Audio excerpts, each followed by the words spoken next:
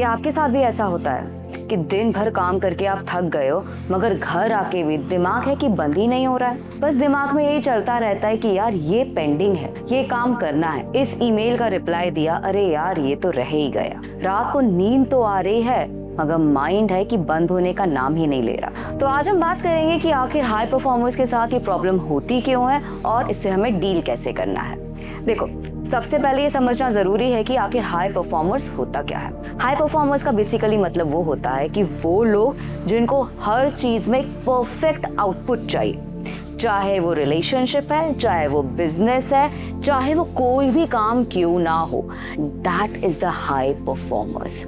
और उसी कारण से ना जो ब्रेन है, ब्रेन को क्या सिग्नल मिलता है कि बेटा लगे रहो, तो ब्रेन के कभी शटडाउन होता ही नहीं है, वो चलता रहता है और एक लूप में फिर फंस जाता है। फिर जब भी माइंड को सिग्नल जाता है बेटा रेस्ट कर लो, then what it feels guilty, क्योंकि उसको पता ही नहीं कि रिलैक्स करना होता क्या है। But you know, everyone is having their own emotional bandwidth. इसका मतलब ये है कि जब आप कांस्टेंट डिसीजन ले रहे होते हो, कांस्टेंट थिंकिंग प्रोसेस में रहते हो, कांस्टेंट एनालिसिस में रहते हो, हर चीज का ना एक मैसेज यूनिट जो आपके माइंड में जाता रहता है, and because of that there is a emotion going with in, and that is basically the emotional bandwidth. यदि आपका इमोशनल बैंडविड्थ बहुत अच्छा है, means you are good and you will be able to rest. But यदि emotional bandwidth हमारा कम हो जाता है and because of all those overwhelming situations, क्या होता है, our mind never truly switch off. और यही प्रॉब्लम होती है हाई परफॉर्मर्स की। जैसे फोन को बिना चार्जिंग की रिक्वायरमेंट होती है ना, बट यदि आप 5% बैटरी बची है तब भी लगे रहोगे तो क्या होगा, फोन हीट होएगा ना। Same thing happens with the high performers. वो 5% बैटरी बचती है, उनकी माइंड कहता है बेटा रेस्ट करो, but they keep on thinking, they keep on analysing, they keep on like doing something or the other, which actually leads to emotional exhaustion. अब सवाल ये आता है कि आखिर हम स्विच ऑफ क्यों नहीं कर पा रहे हैं। इसके बेसिकली 3 रीजंस होते हैं। First is the identity attachment.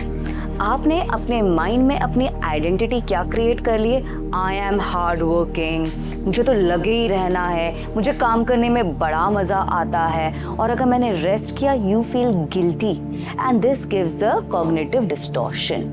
और यू नो, प्लीज इस बात को समझो, आपका जो थॉट प्रोसेस है ना एक गलत डायरेक्शन में जा रहा है। अगेन हमने बात की थी इमोशनल बैंडविड्थ की, ऐसी आपके जो फिजिकल भी ना आपका एक लिमिट होती है। जब आप इमोशनली भी एग्जॉस्टेड हो, जिसके कारण से आप अपनी बॉडी को भी एग्जॉस्टेड कर रहे हो, सो व्हाट हैपन, माइंड तो एग्जॉस्टेड होगा ही, इमोशनल ओवरवेलमिंग तो होएगा, plus it leads to the physical issues also. Second is a cortisol cycle.